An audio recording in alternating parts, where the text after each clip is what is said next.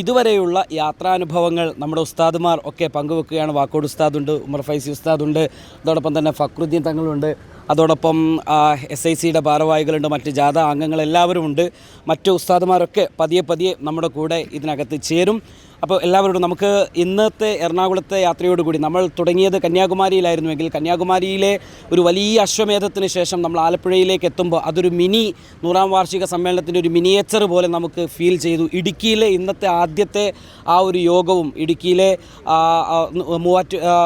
നടന്ന ആ ഒരു സംഗമം പോലും വളരെ വലിയ അർത്ഥത്തിൽ വിജയകരമായി. ഇനി നമ്മൾ എറണാകുളത്തിലേക്ക് പോകുന്നതിന് മുൻപുള്ള ചെറിയ ബ്രേക്കാണ്. ഉസ്താദ് ഉമർ ഫൈസി ഉസ്താദ് നമ്മുടെ കൂടെ ചേരുകയാണ്. ഉസ്താദ്, നമ്മളൊരു അശ്വമേധം പോലെ അങ്ങ് കടന്നു പോവുകയാണ്. എന്താണ് ഇപ്പോൾ ഇതുവരെയുള്ള 4 ദിവസമായി നമ്മുടെ യാത്ര ആരംഭിച്ചിട്ട് ഇതുവരെയുള്ളൊരു വിലയിരുത്തൽ എന്താണ് ഉസ്താദിൻ്റെ? അള്ളാഹുവിൻ്റെ തൗഫീക്കോടുകൂടെ സമസ്ത തൊട്ടതെല്ലാം വളരെ ഭംഗിയായിട്ട് തന്നെയാണ് ഇതുവരെ നടന്നു പോകുന്നത്. അത് സമസ്ത ഉണ്ടായത് മുതലുള്ള ചരിത്രം അങ്ങനെ തന്നെയാണ്.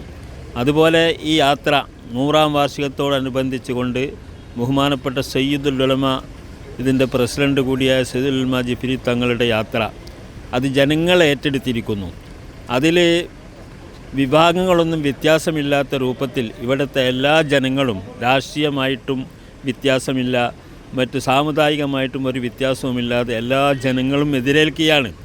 ഇത് എന്തോ ഒരു പുതുമയാണ്. കാരണം എന്താണെന്ന് ചോദിച്ചാൽ സയ്യിദുൽ ഉലമയെ സംബന്ധിച്ച് കേട്ടവരും അറിഞ്ഞവരൊക്കെ അതിനു വേണ്ടി എത്തിച്ചേരുന്നു. അദ്ദേഹത്തിൻ്റെ വായിൽ നിന്ന് വരുന്ന മുത്തുകൾ പെറുക്കിയെടുക്കാനും മനസ്സിലാക്കാനും വേണ്ടിയാണ് അവരൊക്കെ തടിച്ചു കൂടുന്നത്. ആ നിലയ്ക്ക് എല്ലാവരും എവിടെ യോഗം ചേർന്നപ്പോഴൊക്കെ തന്നെയും വലിയ ഒരു ജില്ലാ സമ്മേളനത്തിൻ്റെ പ്രതി തന്നെയാണ് നമ്മളൊക്കെ വിഭാവനം ചെയ്തതുപോലെ തന്നെ അങ്ങനെയാണ് അനുഭവപ്പെട്ടത്. ഇപ്പം ഇന്ന് രാവിലെ നമ്മൾ ഇടുക്കിയിൽ നമ്മളെന്താക്കി സ്വീകരണം നൽകി. ആ സ്വീകരണം വലിയൊരു സമ്മേളനമായിരുന്നു.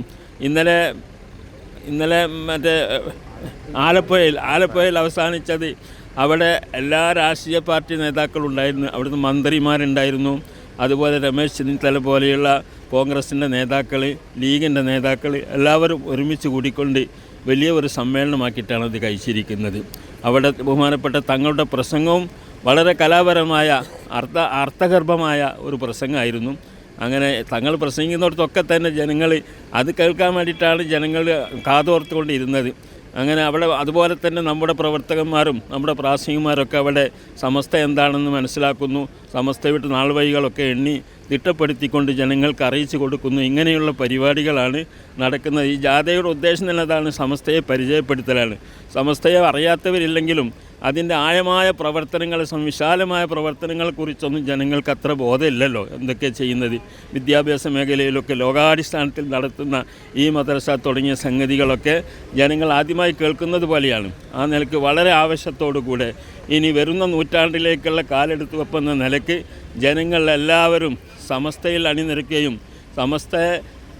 സമസ്തയെ അന്യമായി കണ്ടവർ പോലും സമസ്തയിലേക്ക് കടന്നു വന്നുകൊണ്ടിരിക്കുകയാണ് എന്നുള്ളതാണ് നമ്മൾ മനസ്സിലാക്കേണ്ടത്. അങ്ങനെ ഒരു സാഹചര്യം കൂടെ നമ്മൾ ശ്രദ്ധയിൽ നമ്മൾ പെടുത്തുകയാണ്. ഞാൻ ഇന്നിവിടെ നമ്മുടെ യാത്രയിലെ സ്ഥിരാംഗമായിട്ടുള്ള ഒരു കാലിന് മുട്ടിന് താഴെ മുറിച്ച് മാറ്റപ്പെട്ട ഒരു ഷെരീഫിക്കെ കുറച്ച് മുൻപ് കാണുകയുണ്ടായി.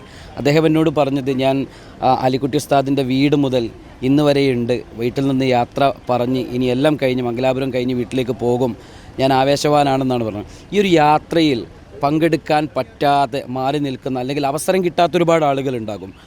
മാറി നിൽക്കുന്ന അല്ലെങ്കിൽ ഈ ജാഥാംഗങ്ങളാകാൻ പറ്റാത്ത അവസ്ഥകളിലുള്ള ആളുകളുണ്ടാകും. അപ്പോൾ ഇവരോടൊക്കെ എന്താണ് പറയാനുള്ളത്? ഇവരോടൊക്കെ പറയാനുള്ളത്, ഇതിന്ന് ലൈവാണ്, എവിടെയും നിൽക്കുന്ന ആൾക്കാർക്കൊക്കെ ഇത് കാണുകയും വീക്ഷിക്കുകയും ഒക്കെ ചെയ്യാൻ സാധിക്കുന്നതാണ്. ആ നിലയ്ക്ക് ഒരുപാട് ആൾക്കാർ ഇതിൻ്റെ വ്യൂവിൽ വന്നിട്ടുണ്ട്, കണ്ടുകൊണ്ടിരിക്കുന്നുണ്ട് എന്നുള്ളതാണ്. അവരൊക്കെ മനസ്സ് വേദനിക്കുകയാണ്. പക്ഷെ പഠിച്ചവന് ഇതിൽ പങ്കെടുക്കാൻ കഴിഞ്ഞില്ലല്ലോ എന്ന വേദനയോടുള്ള പ്രതികരണമാണ് എല്ലാവരുടെ മനസ്സിലുണ്ടാവുന്നത്. ഇതിൽ നിന്ന് അകന്നു നിന്ന പലവരുണ്ട്, അവരൊക്കെ തന്നെ ഇതിലേക്ക് കടന്നുകൂടാൻ വന്നുകൊണ്ടിരിക്കുന്നു എന്നുള്ളതും ഒരു വസ്തുതയാണ്. അവരുടെ മനസ്സിലുള്ള മാനസികമായ വിരോധങ്ങളൊക്കെ മാറ്റിവെച്ചുകൊണ്ട് ഇതിലേക്ക് കടന്നു വരാൻ പലരെയും ശുപാർശ ചെയ്തുകൊണ്ട് അകത്തേക്ക് കടന്നു വരുന്നതും നമ്മൾ കണ്ടുകൊണ്ടിരിക്കുകയാണ്. അൽഹംദുലില്ലാഹ് അങ്ങനെ അള്ളാഹുവിൻ്റെ ദീനാകുന്ന ഈ ദീൻ, അതായത് സമസ്ത എന്ന് പറഞ്ഞാൽ ഒരു ദീനാണല്ലോ, അള്ളാഹുവിൻ്റെ ദീനാണ്. അത് വൈനാലഹൂല ഹാഫിളു എന്നാണ് അള്ളാഹു തആല പറഞ്ഞത്. ഞാൻ സംരക്ഷിക്കും, അള്ളാഹ് സംരക്ഷിക്കും. അതിൻ്റെ വിരോധികളൊക്കെ തന്നെ ഒന്നുകിൽ വിരോധം മടക്കി വെച്ച് കൊണ്ടിട്ട് തിരിച്ചു വരാനൊക്കെ അവർക്ക് അള്ളാഹുവിൻ്റെ തൗഫീഖ് ഉണ്ടാവും. ചിലപ്പോൾ അതുകൊണ്ടായിരിക്കണം അങ്ങനെ പലരും വരുന്നത്. ഇത് അള്ളാഹുവിൻ്റെ ദീനായതുകൊണ്ട് അതിനെ അവഗണിക്കാൻ ആർക്കും കഴിയുകയില്ല എന്നതും നമുക്ക് മനസ്സിലാക്കാൻ പറ്റുന്ന ഒരു സംഗതി. വാക്കോട് ഉസ്താദ് ശരിയാണ്. ഉസ്താദെ, ക്ഷീണമുണ്ടോ ഉസ്താദെ? ക്ഷീണമൊന്നുമില്ല. എങ്ങനെ ഈ യാത്രയിലെ ഉസ്താദ് വിചാരിച്ചതിനേക്കാളൊക്കെ ഗംഭീരമായോ യാത്ര? അതെ, ഞാൻ കഴിഞ്ഞ 90-ാം വാർഷികത്തിൻ്റെ ആ പരിപാടിയിൽ പങ്കെടുത്തിട്ടുണ്ട്. അങ്ങനെ പലതിലും നമ്മൾ SYSൻ്റെ വരുന്ന അതിലും ഉണ്ടാകലുണ്ട്. ഇത് ഒരു സന്തോഷമുള്ള ഒരു വലിയ ഒരു പരിപാടിയായിട്ട്, മനസ്സിൽ നിന്ന് മാറാത്ത ഒരു പരിപാടിയായിട്ടുള്ള അതാണ് നമുക്ക് മനസ്സിലാക്കുന്നത്. മാത്രമല്ല, ജനങ്ങൾ തങ്ങളെ പ്രസംഗം കാതോർക്കുകയാണ്. തങ്ങൾ വരുന്നത് വരെ കാത്തിരിക്കുക. അത് മണിക്കൂറുകൾ കാത്തിരിക്കുന്നു, യാതൊരു മാറ്റമില്ലാത്ത വിധത്തിൽ.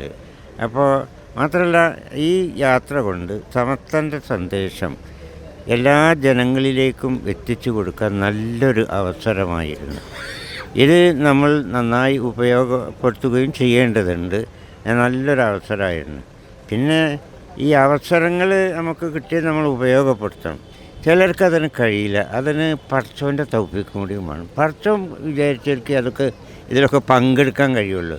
എല്ലാ സൗകര്യങ്ങളും ഉണ്ടായിട്ടും വിളിച്ചിട്ടും വരാത്ത ആളുകളുണ്ട്. അതേ അവസരം ഒന്നതിൽ വന്ന് കിട്ടിയെങ്കിൽ എന്ന് ആഗ്രഹിക്കുന്ന ആളുകളുണ്ട്. രണ്ടും നമ്മൾ കാണേണ്ടതുണ്ട്. അതിനൊക്കെ അല്ലാഹു തആല ഒരു കഴിവ് കൊടുക്കണം. ഒരു ഹല്ല് എന്നൊക്കെ പറയും. അതില്ലാത്ത ആളുകൾക്ക് നമ്മൾ എന്ത് ചെയ്താലും ഒന്നും ഫലിക്കൂല. ഏതായാലും നല്ല മനസ്സ് എല്ലാവർക്കും നൽകി അള്ളാഹു അനുഗ്രഹിക്കട്ടെ. സമസ്തയെ അല്ലാഹു തആല ഇനിയും ഉയരങ്ങളിലേക്ക് ഉയർത്തി തരുവാറാകട്ടെ. രണ്ട് ഉസ്താദുമാരെ നമ്മൾ അവരുടെ ക്രമീകരണത്തിലേക്ക് യാത്രയാക്കുകയാണ്. കൂടെ നമ്മുടെ പ്രവർത്തകർ ഒരുപാട് ആളുകൾ യുഎഇയിലെ നമ്മുടെ തങ്ങൾ കൂടെയുണ്ട്. തങ്ങളും ഈ യാത്രയുടെ കൂടെ തുടക്കം മുതലുണ്ട്. തങ്ങളെ ഒരു 4 ദിവസം റെസ്റ്റില്ലാത്ത യാത്രയാണ്. നമ്മൾ ഏകദേശം 300-400 കിലോമീറ്ററൊക്കെ പിന്നിട്ടു. അത്ര ആയിരിക്കില്ല. എങ്ങനെയുണ്ട്? ക്ഷീണമൊക്കെ അനുഭവപ്പെടുന്നുണ്ടോ? അല്ലെങ്കിൽ കൂടുതൽ ഇതൊക്കെ കണ്ട് ഒരു ഊർജം ഇനിയും കൈവരിക്കപ്പെടുന്നുണ്ടോ? അൽഹംദുലില്ലാഹ്, മഹാനായ വരക്കൽ തങ്ങൾ നവറല്ലാഹു മർഖദു മഹാനവറുകൾ തുടക്കം കുറിച്ച ഈ സംവിധാനം ഹബീബിന റസൂലുള്ളാഹി സ്വല്ലല്ലാഹു അലൈഹി വസല്ലം മുതലുള്ളൊരു സംവിധാനം. അതിലേക്ക് ബഹുമാനപ്പെട്ട ജിഫ്രി മുത്തുക്കോയ തങ്ങൾ, അതിൻ്റെ അവസാനത്തെ കണ്ണിന്ന് പറയാൻ പറ്റില്ല, ഞാരൊക്കെ വരണമെന്ന് നമുക്കറിയാൻ പറ്റില്ല. അപ്പോൾ അതെന്തായാലും ആ സംവിധാനം ഒരു നൂറ്റാണ്ട് കഴിഞ്ഞിട്ട് ആ സംവിധാനം ഇന്ന് നിലനിർത്തിക്കൊണ്ടത് ബഹുമാനപ്പെട്ട തങ്ങളാണ്. അപ്പോൾ ആ കൂട്ടത്തിൽ കൂടിക്കഴിഞ്ഞാൽ ചെല്ലുമ്പോൾ ഗെറ്റിൻ എന്ന് പറഞ്ഞൊരു ചാൻസ് കിട്ടും എന്നാണ് നമ്മളൊക്കെ മനസ്സിലാക്കുന്നത്. എന്നെ സംബന്ധിച്ചിടത്തോളം ഞാൻ 19-ാം തീയതി മുതൽ ഇതിൻ്റെ കൂടെ ഉണ്ട്. അപ്പോൾ ആ കൂട്ടത്തിൽ പെടുക എന്ന് പറഞ്ഞ ഒരു സംവിധാനമാണ് ഞാൻ ഉദ്ദേശിച്ചത്.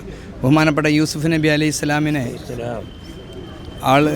ഇതിൽ വിൽക്കാൻ കൊണ്ടുവന്ന്, അപ്പോൾ ഒരുപാട് ആളുകൾ ആ കൂട്ടത്തിൽ കുട്ടീനെ വാങ്ങാൻ വേണ്ടി പോകുന്നുണ്ട്. ഒരു മാമാനോട് ചോദിച്ച്, എന്തിനാ മാമങ്ങൾ പോണ്? അത് ഞാൻ ആ കൂട്ടത്തിൽ ആ ലിസ്റ്റ് പെടാൻ വേണ്ടിയിട്ട് പോവാണ് മോനെ. അത് വലിയ കുട്ടിയാണ്, നമുക്ക് കിട്ടുമൊന്നുമില്ല, പക്ഷേ ആ ലിസ്റ്റിൽ പെടണം, അതിന് മാമാൻ്റെ പേര് ആ ലിസ്റ്റിൽ എടുക്കണം എന്ന രൂപത്തിൽ ഇറങ്ങിയ എന്നെപ്പോലത്തെ ഒരുപാട് ആളുകളുണ്ട്. നമ്മളൊക്കെ ആ ലിസ്റ്റിൽ, ആ കൂട്ടത്തിൽ 100-ാം വാർഷികത്തിൻ്റെ കൂട്ടത്തിൽ ബഹുമാനപ്പെട്ട ജിഫ്രി മുത്തുക്കോയ തങ്ങളെ കൂടെ പോയ ആളുകൾ ആരാണ് എന്ന് പറഞ്ഞാൽ അതിൽ ആ കൂട്ടത്തിൽ ഞാനും ഉണ്ട് എന്ന് പറയാൻ വേണ്ടിയിട്ട് കൂടിയതാണ്. ഒരുപാട് ക്ഷീണമൊക്കെ ഉണ്ടായിരുന്നു. എന്നാൽ 19-ാം തീയതി മുതൽ യാതൊരു ക്ഷീണം തോന്നിയിട്ടില്ല. ഷുഗറുണ്ട്, വേറെ വലിയ കാര്യമായ പ്രശ്നമൊന്നും, എന്നാലും എപ്പോഴും ക്ഷീണമൊക്കെ ഉണ്ട്. 10-71 വയസ്സായി. അതുകൊണ്ട് ഇപ്പോൾ അങ്ങനത്തെ പ്രയാസം തോന്നില്ല. ഇവിടം വരെ ഇപ്പോൾ നമ്മൾ നല്ല ആവേശത്തിലും ആഗ്രഹത്തിലും സന്തോഷത്തിലുമാണ്. അല്ലാഹു സുബ്ഹാനഹു തആല ഈ കൂട്ടത്തിൽ കയറി ജന്നാത്തുൽ ഫിർദൗസിൽ ഒരുമിച്ച് വേണം നമുക്കൊക്കെ അല്ലാഹു തൗഫീഖ് നൽകട്ടെ. ഇതിനോട് സഹകരിച്ച ആളുകൾക്കൊക്കെ അല്ലാഹു ഖൈറും ബർക്കത്തും ഇസ്സത്തും നൽകട്ടെ എന്ന് പ്രാർത്ഥിക്കുകയാണ്. അസ്സലാമു അലൈക്കും. ഉസ്താദേ, നമ്മുടെ യാത്ര ഇപ്പോൾ മധ്യ കേരളത്തിൻ്റെ ഒരു പര്യവസാനം ഇന്ന് രാത്രിയോടുകൂടി നടക്കുകയാണ്. എറണാകുളത്ത് നമ്മൾ കന്യാകുമാരിയിൽ നിന്ന് 4 ദിവസം പിന്നിട്ട് കഴിഞ്ഞു. ഈ ഒരു അവസരത്തിൽ ഈ ഒരു യാത്ര ഉസ്താദ് വിചാരിച്ചതിനേക്കാളൊക്കെ ഗംഭീരമായിട്ട് മുന്നോട്ട് പോയോ? അല്ലെങ്കിൽ നമ്മളൊക്കെ വിചാരിക്കുന്നതിനൊക്കെ അപ്പുറത്തേക്കുള്ള ഒരു പിന്തുണ ജനങ്ങളിൽ നിന്ന് കിട്ടി? എങ്ങനെയാണ് ഉസ്താദിൻ്റെ ഒരു വിലയിരുത്തൽ ഇതുവരെയുള്ളൊരു യാത്ര? ഈ ഒരു യാത്ര ഞാൻ ഉദ്ദേശിച്ചതിലും എത്രയോ മേലെയാണ് എന്നിപ്പോൾ മനസ്സിലാക്കാൻ കഴിഞ്ഞു. ഇനി യാത്രയോടുകൂടെ സമസ്തയെ പറ്റി അറിയാത്ത ഒരു കുട്ടി പോലും, ഒരു ഇതര സഹോദരൻ പോലും ഇവിടെ ഉണ്ടാകാൻ പാടില്ലാത്ത വിധത്തിലാണ് യാത്ര നടന്നുകൊണ്ടിരിക്കുന്നത്. ബദറിൽ പങ്കെടുത്ത സഹാബാക്കളുടെ പേര്, അവരുടെ ചരിത്രം എഴുതുമ്പോൾ അവിടെ എഴുതും ബദറിൽ പങ്കെടുത്ത ആളാണ് എന്ന് പ്രത്യേകം എഴുതും. എന്നതുപോലെ നമ്മുടെ കാലശേഷം 100-ാം വാർഷികത്തിൽ, സമസ്തയുടെ 100-ാം വാർഷികത്തിൽ പങ്കെടുത്ത ആളാണ് ഇയാൾ എന്ന് നമ്മുടെ ചരിത്രം എഴുതുമ്പോൾ പിൻഗാമികൾ എഴുതുന്ന രൂപത്തിലുള്ള ഒരു സംഭവമായി മാറും 100-ാം വാർഷികം എന്നാണ് എൻ്റെ അഭിപ്രായം. അള്ളാഹു ഇതെല്ലാം നല്ല വിജയത്തിലാക്കി തരട്ടെ. ഏതായാലും നമുക്കൊരു പരിമിതി ഉണ്ട്. നമ്മുടെ യാത്ര അടുത്ത എറണാകുളത്തേക്ക് ഇവിടെ നിന്ന് ആരംഭം കുറിക്കുകയാണ്. അപ്പം തൽക്കാലം നമ്മളിവിടെ അവസാനിപ്പിക്കാം. നമ്മൾ വിലയിരുത്തലുകളും നമ്മുടെ കൂടിച്ചേരലുകളും ചർച്ചകളും നമ്മുടെ രസകരമായ അനുഭവങ്ങളും, ഇതൊരു യാത്രയാണ്. യാത്രയിൽ സ്വാഭാവികമായിട്ടും ഒരുപാട് പ്രതിബന്ധങ്ങളൊക്കെ തരണം ചെയ്യേണ്ടതുണ്ട്. അപ്പോൾ ആ തരത്തിലൊക്കെ ഉണ്ടാകും. എങ്ങനെ ഉസ്താദിൻ്റെ ഒരു അനുഭവം എന്തായിരുന്നു? അൽഹംദുലില്ലാ, മാഷാ അല്ലാഹ്, നല്ലൊരു അനുഭവമാണ്. ജീവിതത്തിൽ കിട്ടുന്ന ഏറ്റവും വലിയ ഒരു അനുഗ്രഹമായിട്ടാണ് കണക്കുകൂട്ടുന്നത്. അൽഹംദുലില്ലാ, ഈ ഭാഗത്തൊക്കെ എല്ലാ മേഖലകളിലും വലിയ സ്വീകരണമാണ് നമുക്ക് ലഭിച്ചിട്ടുള്ളത്. അൽഹംദുലില്ലാ.